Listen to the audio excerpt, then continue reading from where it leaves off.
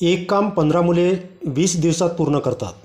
जर 3 मुले 2 पुरुषा एवढे काम करत असल्यास तेच काम 20 पुरुष किती दिवसात पूर्ण करतील.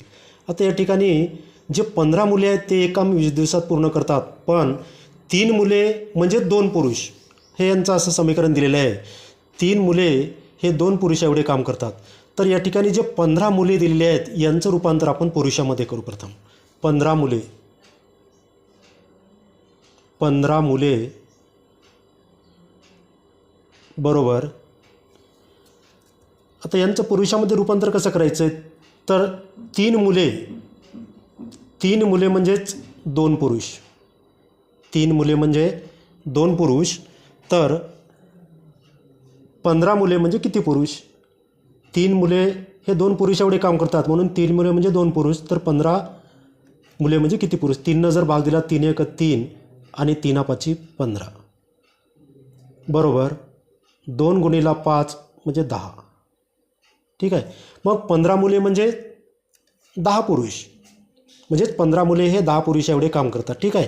आता या ठिकाणी आपल्याला 20 पुरुषांचं काम विचारलेलं आहे, किती दिवसात पूर्ण करतील, म्हणून आपण या मुलांचं पुरुषामध्ये रूपांतर केलेलं आहे.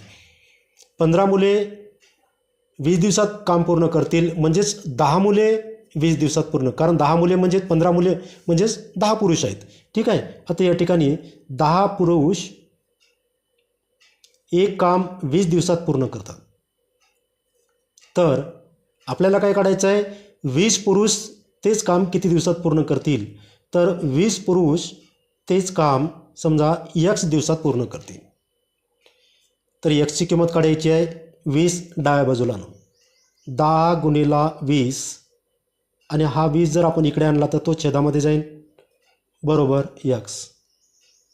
20 आणि 20 कॅन्सल झाले, 10 बरोबर x, म्हणून x बरोबर 10. म्हणजेच 20 पुरुष ते काम 10 दिवसात पूर्ण करतील, म्हणजे ऑप्शन सी हे आपलं उत्तर आहे.